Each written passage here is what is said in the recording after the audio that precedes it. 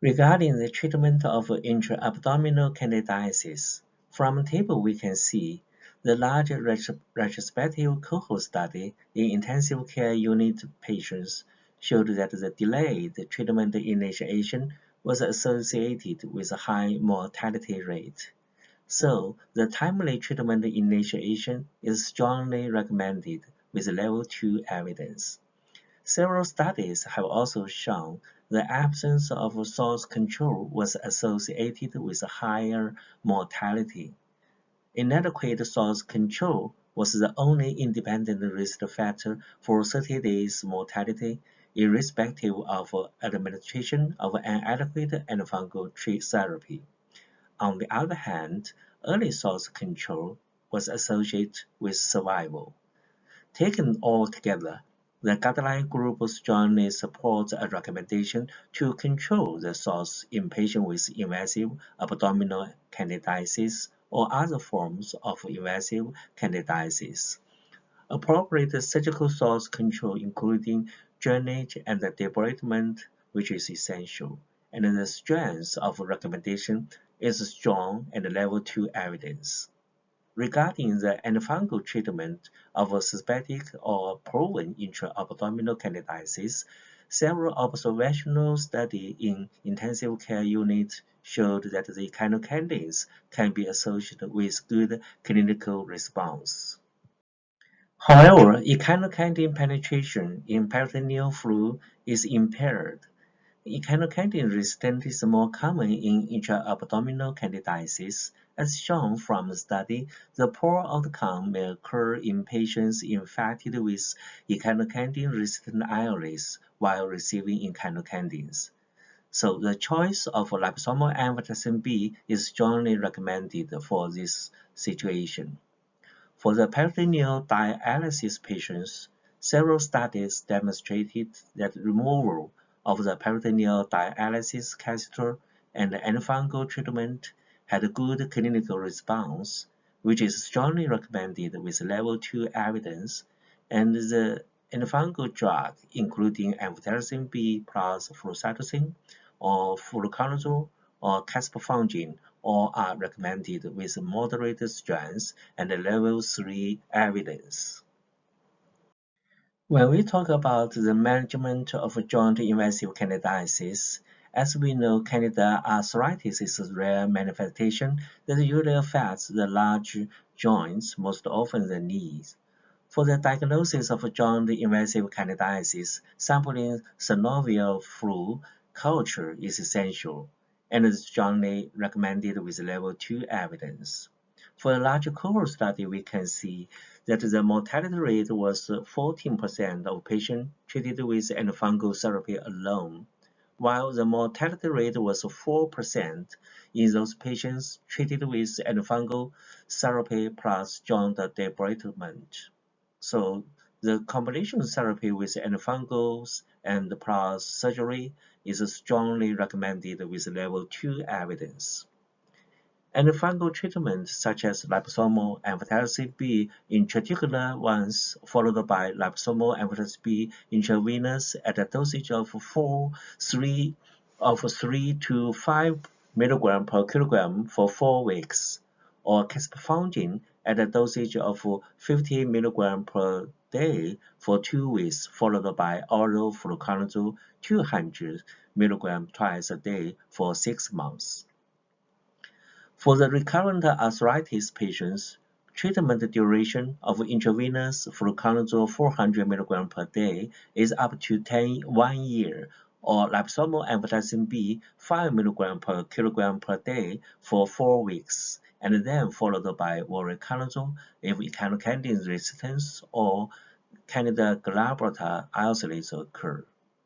For prosthetic joint infection patients, a 10-year period large multi-center international study was performed. As a result, they strongly recommended the prosthesis exchange as early as possible, combined with antifungal therapy for more than 3 months. How about the management of bone invasive candidiasis? And the Candida Osteomyelitis is a rare infection, so it is really important for the diagnosis. And the sampling culture and the histopathology of biopsy are essential, with strong of recommendation with level 2 evidence. And the treatment consists of caspofungin or micafungin for 2 weeks, followed by fluconazole orally 400 mg per day for 6 months. And also fluconazole 400 mg intravenous or oral for up to 12 months. And liposomal amphotericin B 3 mg per kilogram per day is also recommended for up to 4 months with or without fluconazole orally 400 mg per day. Let's have a look about the management of Candida urinary tract infection. For patients with candidemia of a urinary tract source, from the study we can see that candidemia with a urinary source can be treated with either echinocandins or fluconazole. For patients less than 65-year-old, a meta-analysis of 9 articles about 377 patients were included. Amphotericin B bladder irrigation showed a higher clearance of the candiduria within 24 hours after the end of therapy than that of fluconazole. In another study, a total of 259 patients were included. The rate of irrigation with fluconazole was 45%, and with amphotericin B bladder irrigation, it was 54%. So the amphotericin B bladder irrigation is also recommended for the treatment of UTI. For the Candida UTI with fungal ball, ureteroscopy and removal of urinary infection, as well as cystoscopy and removal of bladder infection were carried out to clear the blockage and identify the source of infection. Fluconazole 300 mg was infused into the renal pelvis for 2 weeks, followed by the procedure. And fluconazole 400 mg was administered orally once daily is successful in treating fungal ball.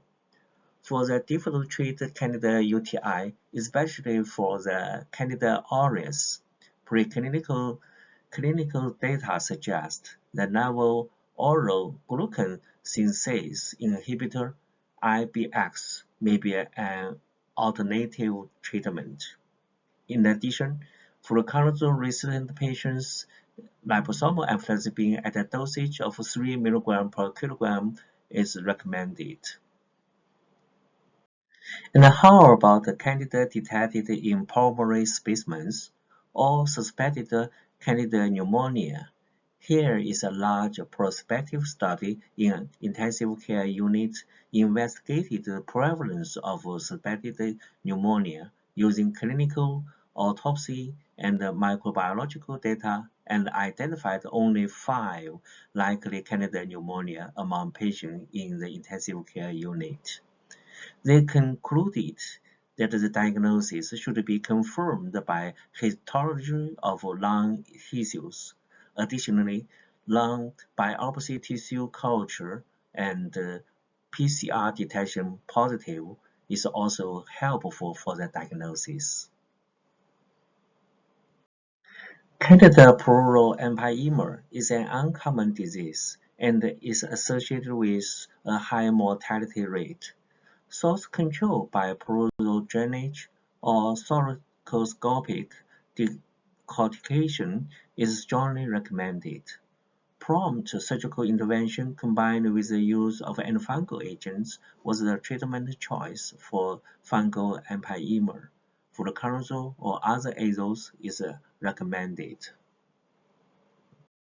Regarding surgery in invasive candidiasis or candidemia in adults, the association of source control with patient survival was assessed in 4 observational studies that include patients with invasive abdominal candidiasis.